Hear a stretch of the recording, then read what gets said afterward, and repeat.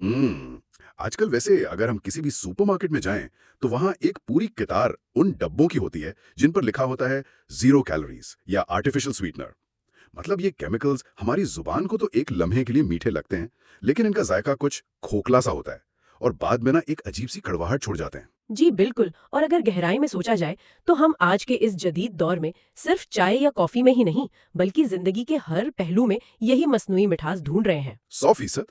चाहे वो social media पर मिलने वाली झूठी तारीफ हो, बैंक बैलेंस का हिंसा हो, या मतलब कोई नया खरीदा हुआ गैजेट, ये सब दिमाग को डोपामाइन का एक आर्जी झटका तो देते हैं, लेकिन जो अंदर की प्यास है ना, वो नहीं बुझाते। ये एक बहुत ही चुभता हुआ मुशाहिदा है।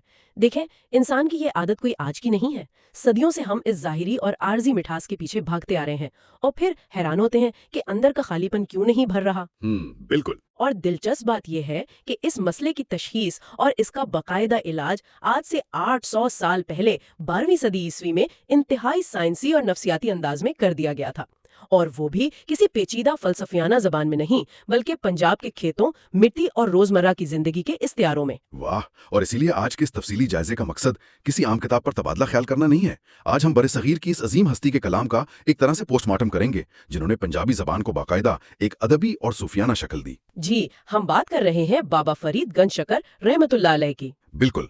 आज के इस निशिस्त का बुनियादी हदफ उनकी तालीमात का निचोड़ है, यानी उनके 13 खास श्लोक। और चूंकि सुनने वालों का अक्सर ही हदफ होता है कि इन श्लोकों को हिफ्ज किया जाए और इनके अल्फाज को जहन नशी किया जाए, तो इसलिए हम उन पंजाबी अशार की तिकरार करेंगे।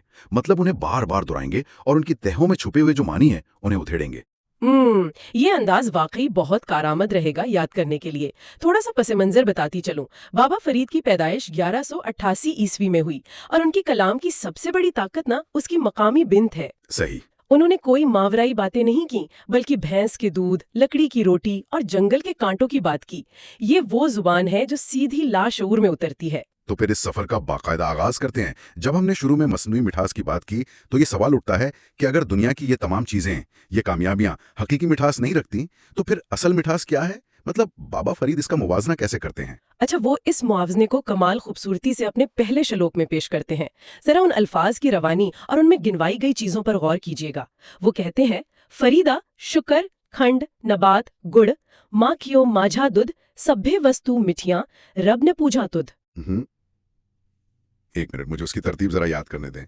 फरीदा, शुक्र, खुंड, नबात, गुड़। माखियों, यहाँ माखियों का मतलब शहद है ना? जी बिल्कुल।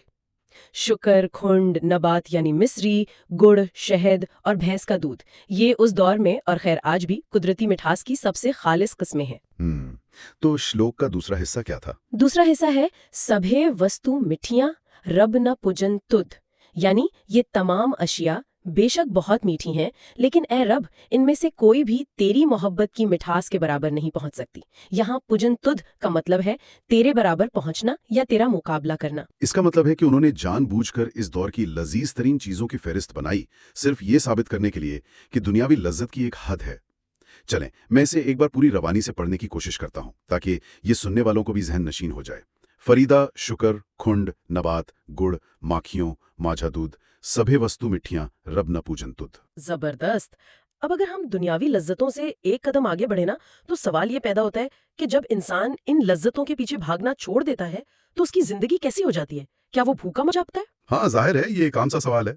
यहाँ बाबा फरीद कनात का एक ऐसा तस्वुर देते हैं जो आज के दौर के मिनिमलिज्म के फलसफे को भी कहीं पीछे छोड़ देता है। बिल्कुल। आजकल मिनिमलिज्म का वैसे भी बड़ा चर्चा है। लोग महंगी महंगी किताबें खरीद कर पढ़ते हैं कि सादा जिंदगी कैसे गुजारी जाए, लेकिन अक्सर वो सादगी भी बस एक दिखावा होती है। बाबा फरीद इस बारे में क्या कहते हैं? इनका श्लोक सुनिएगा, ये सीधा दिल पर चोट करता है। फरीदा रोटी मेरी काट दी, लाउन मेरी पुख, जिना खादी चोपड़ी, घणे सहनगे दुख। रोटी मेरी काट दी, काट यानी लकड़ी, लकड़ी जैसी खुश्क रोटी, और लाउन का मतलब सालन है, यानी लाउन मेरी भूख, भूख ही मेरा सालन है। जी बिल्कुल। ये तो एक इंतहाई कठिन तस्वुर है। अगर मैं इस पर थोड़ी तनकीद करूं तो क्या ये जिस्म को बिलावजह अजियत देने वाली बात नहीं लगती? मतलब हम जानबूझकर भूखे क्यों रहें? देखिए, बज़ाहिर ये अजियत लगती है, लेकिन दरअसल ये आज़ादी का ऐलान है। बाबा फरीद ये नहीं कह रहे कि आप जानबूझकर लकड़ियां चबाना शुरू कर दें।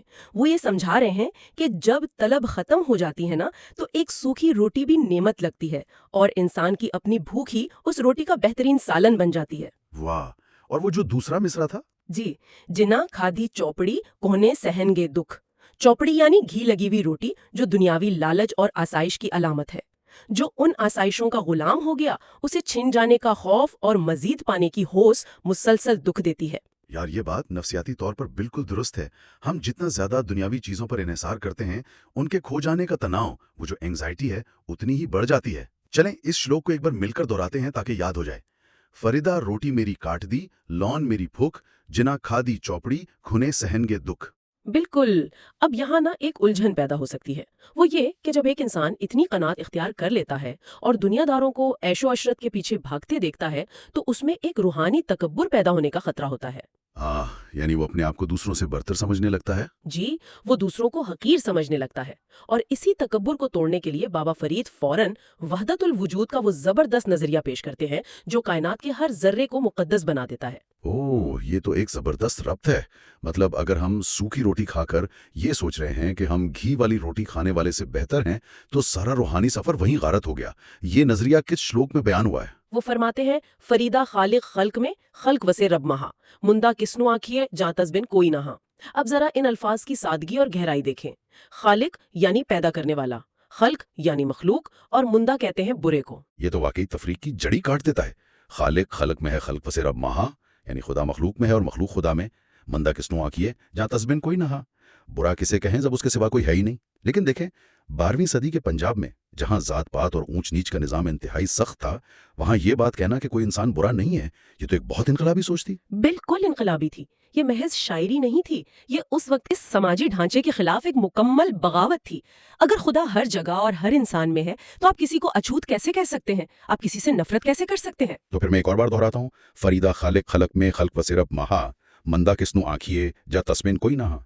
लेकिन अगर खुदा हर जगह है, हर इंसान के अंदर है, तो फिर ये लोग जो अपना घर बार छोड़कर पहाड़ों और खारों में सुकून तलाश करने निकल जाते हैं, इनकी क्या मंतिक है? मतलब मैंने कई ऐसे लोगों को देखा है जो किसी दूर दराज के जंगल में जाकर मुराकबा करने को ही असल रूहानियत समझते हैं। इसी फरार की ज़हनियत पर बाबा फरीद ने शदीद तनकीद की है। वो कहते हैं कि असल मुहिम जुई बाहर के जंगलों को अबूर करना नहीं, बल्कि अपने अंदर की तारीकी का सामना करना है। उनका चौथा श्लोक इसी तरफ इशारा करता है, फरीदा जंगल जंगल क्या भोएं, वर्ण कुंडा मोड़े, वुट्ठी रब हियालिए, जंगल क्या ढूंढे। इसके अल्फाज थोड़े मुश्किल लग रहे हैं। जंगल जंगल क्या भोएं, यहाँ भोएं का मतलब फिरना या आवारा घूमना है, और वन कुंडा मुड़े। जी, भोए मतलब घूमना, और वर्ण कुंडा से मुराद दरख्त और कांटे हैं। वो पूछते हैं कि तू जंगल जंगल क्यों मारा मारा फिरता है और अपने पैरों तले कांटों और पौधों को क्यों रौंदता है। दूसरी लाइन है, वुट्ठी रब हियालिए। वुट्ठी का मतलब है बसता है या आबाद है, और हियालिए यानी दिल में। अच्छा, यानी जब तेरा रब तेरे अपने दिल में बसता है तो तू उसे जंगल में क्या ढूंढ रहा है? क्या कमाल की बात है। चले इसकी भी तकरार करते हैं। फरीदा जंगल जंगल क्या भोएं, वन कुंडा मोड़े, वुट्ठी रब हियालिए, जंगल क्या ढूंढे। बिल्कुल सही। लेकिन देखें, जब इंसान बाहर जंगलों में जाना छोड़कर अपने अंदर झांकता है ना, तो वहां उसे सुकून के बजाय अपना कचरा, अपनी खामियां और अपना तकब्बुर नजर आता है। मतलब अंदर देखना कोई आसान काम थोड़ी है। और एग्जैक्टली यही वो मकाम है जहां खुद एहतिसाबी यानी अपना मुहासिबा शुरू होता है। हम सब की आदत है कि हम दूसरों की गलतियों पर तो खुर्दबीन लगाकर बैठते हैं, लेकिन अपनी बारी आंखें बंद कर लेते हैं। बाबा फरीद का 5वां श्लोक एक आईना है। फरीदा जे तू अकल लतीफ, काले लिख न लीक, आपड़े गरिवान में सर नीवा कर देख। फरीदा जेतू अकल लतीफ यानी बारीक बीन या समझदार। काले लिख न लीक, काले लिख यानी काले अमाल बुरे काम, और आपने गरेवान में सर नीमा कर देख, तो बिल्कुल वाज़ेह। ये श्लोक सुनकर मुझे तो सीधा आज का सोशल मीडिया याद आ रहा है। जी, वो कैसे? मतलब हर शख्स वहां अकल लतीफ बना बैठा है और दिन रात दूसरों के काले लिख तलाश कर रहा है कि किसने कब क्या गलती की और उसे निशाना बनाया जाए। हाँ, ये तशबीह बिल्कुल बरमहल है। अगर हम इसे याद रखने के लिए दोहराएं, फरीदा जे तू अकल लतीफ, काले लिख न लेख, आपने गिरेबा में सर नीमा कर देख। ये श्लोक बुनियादी तौर पर अना को कुचलने का पहला कदम है। जब आपको अपनी खामियां नजर आना शुरू होती है ना, तभी आप में आजिज़ी पैदा होती है। और मेरे ख्याल है इसी आजिज़ी की इंतहा को बयान करने के लिए उन्होंने मिट्टी या खाक का इस्तेमाल किया है, क्योंकि सूफी कलाम में वैसे भी मिट्टी का जिक्र बहुत आता है। जी, और बाबा फरीद ने इस खाक को जिस तरह बयान किया है, वो तो अपनी मिसाल आप है। वो कहते हैं, फरीदा खाक ना निंदिए, खाकू जेड न कोए, जिउंदियां पैरां तले, मुइयां ऊपर होए। अब इसकी रवानी महसूस करें।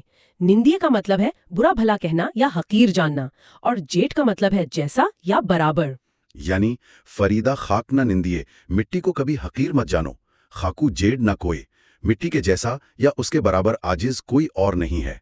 जीवंदियां पैरां तले, मुइयां ऊपर होए, यानी जिंदगी में वो हमारे पैरों के नीचे रहती है और मरने के बाद हमारे ऊपर आ जाती है। जी बिल्कुल। अगर हम वैसे इसके पीछे छुपी साइंस को देखें तो आज हम जानते हैं कि इंसान कार्बन से बना है और बिलाखिर डिकम्पोज होकर उसी मिट्टी का हिस्सा बन जाता है। बाबा फरीद इस हयातियाती हकीकत को एक रूहानी सबक में बदल रहे हैं कि जिस चीज में बिलाखिर मिल जाना है उस पर तकब्बुर कैसा। तो एक बार फिर दोहराता हूं, फरीदा खाक ना निंदिए खाक उजेड़ ना कोय, ज्यूंदियां पैरा तल्ले मुयां ऊपर होए। और उसी खाक की हकीकत से जुड़ा हुआ जो अगला मरहला है वो इन ऊंची इमारतों और महलात का है जिन्हें इंसान दुनिया में बनाता फिरता है। ये जानते हुए भी कि आखिरी ठिकाना तो खाक ही है, इंसान इस फरेब में मुब्तला रहता है कि शायद ये पत्थर और ईंटें इसे मौत से बचा लेंगी। हाँ, वो जो हम कहते हैं ना कि एक प्लॉट ले लें, एक घर बना लें, जैसे बस हमने हमेशा यहीं रहना है। इस पर बाबा फरीद का क्या तबसरा है? उनका तबसरा इस पर बहुत बेबाक है। वो फरमाते हैं, फरीदा कोठे मंडप माड़ियां, आयत ना लाए चित्त, मिट्टी पई उतोले, कोई ना होसी मत। मुझे इसमें से जरा कुछ अल्फाज पकड़ने दें। कोठे, मंडप, माड़ियां, ये सब तो घरों, महलात और पक्की इमारतों के नाम है।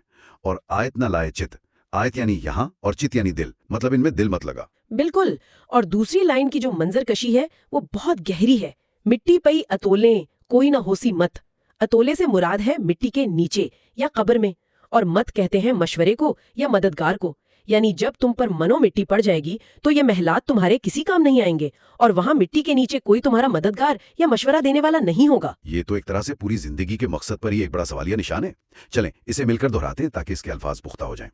फरीदा कोठे मंडप माड़ियां, आयत न लाए चित, मिट्टी पई अतोलें, कोई न हो सीमत। सही। अच्छा, जब इंसान ये सारी जिंदगी इन महलात की तामीर में गुजार देता है तो एक वक्त आता है जब उसे एहसास होता है कि उसने तो अपनी सबसे कीमती चीज यानी वक्त ही गंवा दिया।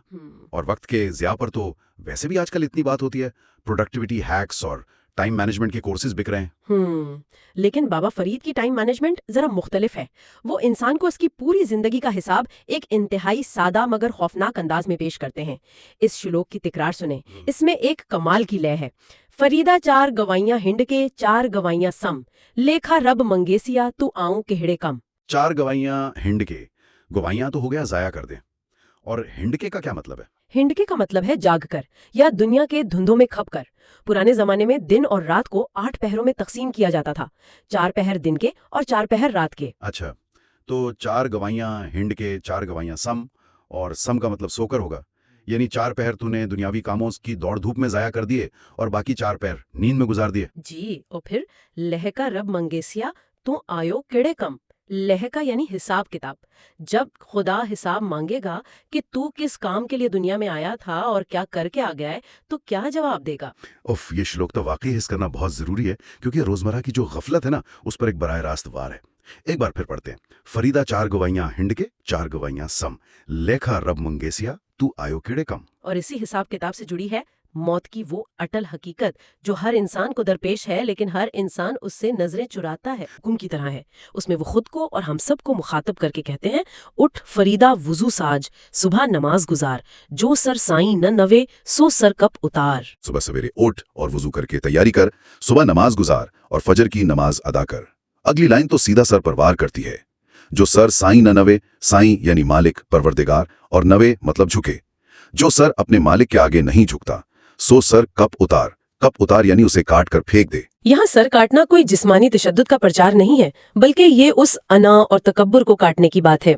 एक ऐसा सर जो दुनिया की हर झूठी ताकत के सामने, हर वक्ती फायदे के सामने, हर हुक्मरान और हर बॉस के सामने तो झुक जाता है, लेकिन उसे बनाने वाले के सामने वो अकड़ा रहता है। इस सर की क्या कदर कीमत है? ये दरअसल मुकम्मल सुपुर्दगी का ऐलान है। कमाल है। उसे मुकम्मल बेदारी के साथ एक बार दोहराते हैं ताकि ये हाफिजे में नक्श हो जाए। उठ फरीदा वुजू साज, सुबह नमाज गुजार, जो सर साई न नवे सो सर कप उतार। मौत की हकीकत पर बात करना हमेशा से इंसान के लिए एक नापसंदीदा मौजू रहा है, लेकिन सूफिया के यहाँ ये डराने के लिए नहीं बल्कि जगाने के लिए इस्तेमाल होता है। वो इस बारे में क्या कहते हैं? वो एक इंतहाई मंतिकी और दो टोक श्लोक पेश करते हैं। जे जाना मर जाइए, घूम ना आइए, झूठी दुनिया लगना आप बन जाइए। ये तो बहुत सीधा और वाज़ेह है।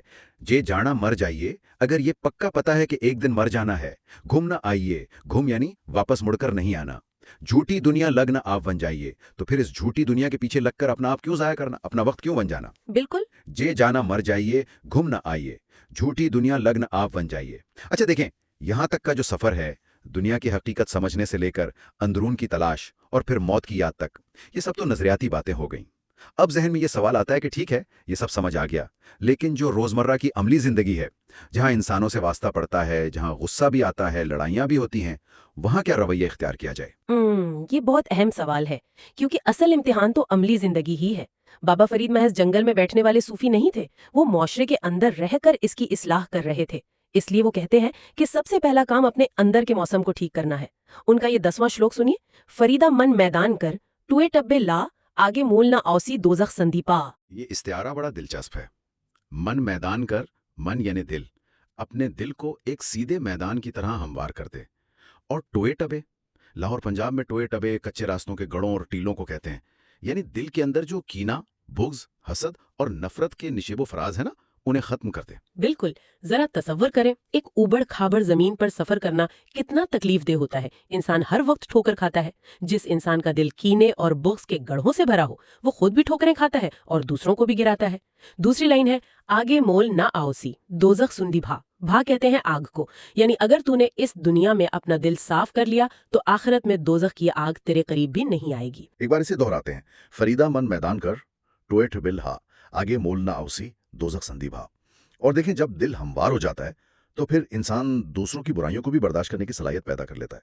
मुझे लगता है कि 11वां श्लोक इसी बारे में होगा, क्योंकि आज की जदीद नफ्सियात और मेडिकल साइंस भी तो चीख चीख कर कह रही है कि गुस्सा और कीना दिल में रखना, जिसमें कोर्टिसोल का लेवल बढ़ाता है और इंसान को अंदर से खा जाता है। जी, और ये कमाल की बात है कि जो बात आज साइंस लेबोरेटरीज में साबित कर रही है, वो सदियों पहले एक फकीर ने यूं बयान कर दी थी, फरीदा बुरेदा भला कर, गुस्सा मन न होंडा, देही रोग न लगई, पल्ले सब कुछ पा। वाह, फरीदा बुरेदा भरा कर, यानी बुराई करने वाले के साथ भी भलाई कर। गुस्सा मन्ना होंडा, होंडा का लफ्ज को पहले भी आया था, जिसका मतलब हमने खपाना या जाया करना समझा था। यहाँ इसका मतलब है कि गुस्से को दिल में संभाल कर या पाल कर न रख, उसे बर्दाश्त कर ले। जी बिल्कुल। और उसका नतीजा क्या निकलेगा? देही रोग न लगई। देही यानी जिस्मानी और रोग मतलब बीमारी, कि तुझे कोई जिस्मानी बीमारी या रोग नहीं लगेगा। और पले सब कुछ पा, और तेरी झोली में सब कुछ आ जाएगा, यानी तुझे मुकम्मल सुकून मिल जाएगा। ये श्लोक नफ्सियाती और जिस्मानी सेहत का एक मुकम्मल नुस्खा है। इसे बार बार पढ़ना चाहिए। फरीदा बुरेदा भला कर, गुस्सा मन न हुंडा, देही रोग न लगी, पले सब कुछ पा। सही। अब जब इखलाकियात और रवैयों की दुरुस्तगी हो गई ना, तो आखिर में बात आती है उस अमली अबूदियत की, उस रोजमर्रा के डिसिप्लिन की, जो खुदा के साथ इंसान के ताल्लुक को मजबूत करता है। तसव्वुफ सिर्फ ख्यालात का नाम नहीं है, इसमें अमल और पाबंदी शर्त है। हाँ, लोग अक्सर ये समझते हैं कि बस यार दिल साफ होना चाहिए, इबादत या नमाज की क्या जरूरत है। लेकिन बाबा फरीद तो इस मामले में बहुत सख्त नजर आते हैं। उनका अगला श्लोक उन लोगों के लिए एक सख्त तनबीह है जो अमली इबादत से गाफिल हैं। वो अपने दौर के माशरे को झंझोड़ते हुए फरमाते हैं, फरीदा बेनमाजा कुतिया, एहा ना भली रीत, कदी चल न आया, पंजे वक्त मसीत। फरीदा बेनमाजा कितिया, कितिया का लफ्ज तो बड़ा सख्त है। क्या यहाँ इसका मतलब कुत्ता ही है? जी, यहाँ एक झड़की के अंदाज में कहा गया है कि ए वो शख्स जिसे नमाज की कोई परवाह नहीं, एहे न भली रीत, ये तेरी रस्म, ये तेरा तरीका बिल्कुल भी अच्छा नहीं है। कदी चल ना आया पंजे वक्त मसीत, कि तू दिन में 5 वक्त कभी चलकर मस्जिद नहीं आया। ये दरअसल उस डिसिप्लिन की कमी पर अफसोस है जो एक इंसान को रूहानी तौर पर खोखला कर देती है। इसे याद करने के लिए फिर से दोहराते हैं, फरीदा बेनमाजा कितिया, एहे न भली रीत, कदी चलना आया पंजे वक्त मसीत। और मेरा ख्याल है इसी तसलसल में वो 13वां और आखिरी श्लोक है जो एक तरह से हतमी पैगाम है, वो जिसमें इताअत की इंतहा को बयान किया गया है। बिल्कुल, वो 13वां और आखिरी श्लोक ना एक कमांडर के हो। तो अगर हम इस पूरी गुफ्तगू को एक जगह समेटे ना, तो हमने देखा कि कैसे बात दुनिया की उन झूठी मसनूई मिठासों से शुरू हुई थी जो इंसान को सिर्फ वक्ती खुशी देती हैं। वहां से बाबा फरीद हमें क़नाअत और सादगी की तरफ लेकर आए। फिर उन्होंने कायनात के हर जर्रे में खुदा को दिखाया और हमें जंगलों के बजाय अपने अंदर, अपने गिरबान में झांकना सिखाया। खाक की अहमियत बताकर हमारा तकब्बुर तोड़ा और दुनियावी इमारतों और वक्त की बेसबाती का एहसास दिलाया। मौत की अटल हकीकत को सामने रखकर आखिर में उन्होंने अमली जिंदगी गुजारने का तरीका समझाया। अपने दिल को हमवार करना, गुस्सा पीना और खुदा के सामने मुकम्मल सरे तस्लीम खम करना। बिल्कुल, ये एक मुकम्मल ज़ाब्ता हयात है। और इन 13 श्लोकों को बार बार सुनने और उनके मफहूम को दोहराने से ये अल्फाज सिर्फ जुबान पर ही नहीं बल्कि इंसान की सोच का हिस्सा बन जाते हैं।